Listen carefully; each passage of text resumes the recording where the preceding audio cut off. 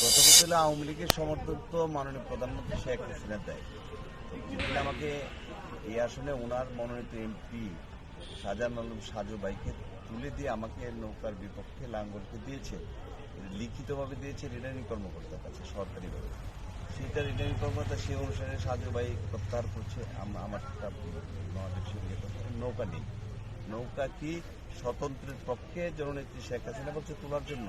ওই কাগজটা আপনাদের কাছে আছে, সাবডিভিশনের কাগজটা, ওইটাতে কি লেখা নাই যে এটা জাতীয় পার্টিকে দেওয়া হয়েছে? বাকি যেটা বলছি যে রাজনৈতিক ফায়দা নেওয়ার জন্য বিভিন্ন কৌশল প্রভাকাণ্ডা করে, এই প্রভাকাণ্ডা কেউ আনুষ্ঠানিক করে, কেউ অনানুষ্ঠানিক করে, কেউ চুপিসারে করে। ওনারা হয়তো এই জায়গায় এসে একটু আনুষ্ঠানিকভাবে করেছে।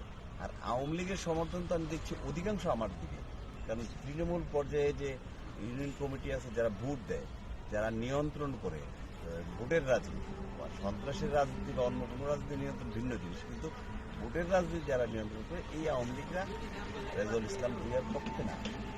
রেজাউল ইসলাম ভূঁইয়ার পক্ষে আসার চেয়ে বেশি তারা যে জিনিসটা বলছে সেগুলো, যেহেতু জননেত্রী শেখ হাসিনা আপনাকে সাপোর্ট দিয়েছে, আমরা লোকাল কোনো নেতার কথা শুনতে রাজি না, আমরা আমাদের নেত্রীর সিদ্ধান্ত শুনতে রাজি।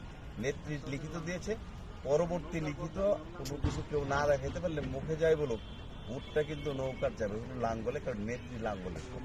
এই ক্ষেত্রে ভোটের মাধ্যমে আপনার মেসেজ থাকবে, ভোটের মাঠে আমার মেসেজ থাকবে যে আগামী 7 তারিখে প্রথমত হলো ভোটের উপস্থিতি কম হয়, সকল দলের লোকজন যেন ভোটে যায়, উপস্থিতি বাড়ায়, এবং যারা আমরা জোটগতভাবে আছি সেই জোটের সকল নেতৃবৃন্দ যাবে, কর্মী সমর্থক যাবে, তারা গিয়ে জোটের নেতৃত্বের নির্দেশ, ডিএম কাদেরের যে নির্দেশ, সেই নির্দেশ অনুসারে তার ওই প্রতীক লাঙ্গল থেকে ভোট দেওয়ার জন্য যাবে।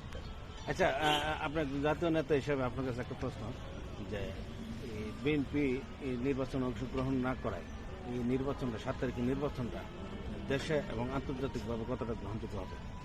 নির্বাচন যদি অবাধ, সুষ্ঠু এবং নিরপেক্ষ আমরা করতে পারি, তাহলে নিশ্চয়ই অগ্রহণযোগ্য হওয়ার কিছু নেই। আন্তর্জাতিকভাবে যে জিনিসটা বলা হয়েছে যে নির্বাচনে কেউ যদি বাধা দেয়, কেউ যদি নির্বাচনের কার্যক্রমকে ক্ষতিগ্রস্ত করে, নির্বাচনের বিপক্ষে দাঁড়ায়, তাহলে তাদের বিরুদ্ধে ব্যবস্থা নেওয়া হবে। ভিসা নীতির ব্যবস্থার কথা বলা হয়েছে, অন্যান্য ব্যবস্থার কথা বলা হয়েছে। এখন আমরা তো নির্বাচন অবাধ, সুষ্ঠু, নিরপেক্ষ নির্বাচন করার জন্য মাঠে আছি, তাহলে আন্তর্জাতিকভাবে যেটা চাচ্ছে নির্বাচন সুষ্ঠু করার জন্য আমার দোকানে দেবো, যাকে সেটাকে দেবো, সেটা বাস্তবায়ন করবে, সেই কাজটা আমরা করছি। আর বিএনপি সহ অন্য কেউ যদি তার বিপরীতে দাঁড়ায়, তাহলে আন্তর্জাতিক চাপ তো এদিকে আসার কথা না। ওনারা যে লিখিত বক্তব্য ইউনাইটেড স্টেট অফ আমেরিকা থেকে দিয়েছে, সেটার কপি আমার কাছে আছে, সেটা আমি একজন অ্যাডভোকেট হিসেবে পড়ে যাব, বুঝেছি। সেটাতে বলা হয়েছে যে নির্বাচনকে প্রভাবিত করে সরকারি, বেসরকারি এবং অন্য কোনো সংস্থা, তারা এই চাপের আওতায় পড়বে। আমার দেখা মতে সরকারি সকল সংস্থা এই নির্বাচনকে সুষ্ঠু করার জন্য কাজ করছে। কেউ যদি বাধাগ্রস্ত করে, আগুন লাগায় বা অন্য কিছু করে, তাহলে এই আন্তর্জাতিক চাপ তাদের প্রশাসনের উপর মেসেজ থাকবে, আপনার কোনো পক্ষপাতিত্ব না করে ভোটারদের নিরাপত্তা যেন তার ভোটটা দিতে পারে। সর্বশেষ প্রশাসনের উপরে মেসেজ দেওয়ার দরকার নেই, কারণ এখন প্রশাসন দেশ চালাচ্ছে নির্বাচন কমিশন, সমস্ত কিছু নির্বাচন কমিশন। আপনি যদি এটা সভাও করতে চান, আগে ট্রিবিউনালের কাছে দরখাস্ত করতে চান, ট্রিবিউনালের কাছে দরখাস্তের কোনো সুযোগ নেই, করতে হবে রিটার্নিং কর্মকর্তার কাছে।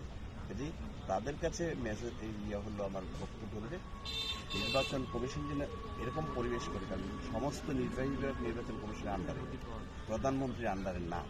ইভেন প্রধানমন্ত্রীও কিন্তু নির্বাচন কমিশনের আন্ডারে এই মুহূর্তে। কাজে এই মুহূর্তে যেহেতু নির্বাহী বিভাগের সকল অঙ্গ প্রশাসনের নির্বাচন কমিশন আন্ডারে, আমি মেসেজটা নির্বাচন কমিশনকে দিতে চাই যে নির্বাচন কমিশন যে ব্যবস্থা এখন পর্যন্ত নিয়ে এসছে, এটা যেন অবাধ, সুষ্ঠু, নিরপেক্ষ করার জন্য কার্যকরী নেই। কেউ যদি নির্বাচনী কেন্দ্রে গিয়ে দরজা বন্ধ করে, কেউ যদি সিল মারার ব্যবস্থা করে কারণে বা শক্তি প্রদর্শন করে, তাদের বিরুদ্ধে যথাযথ ব্যবস্থা নেবে, এটি আমার।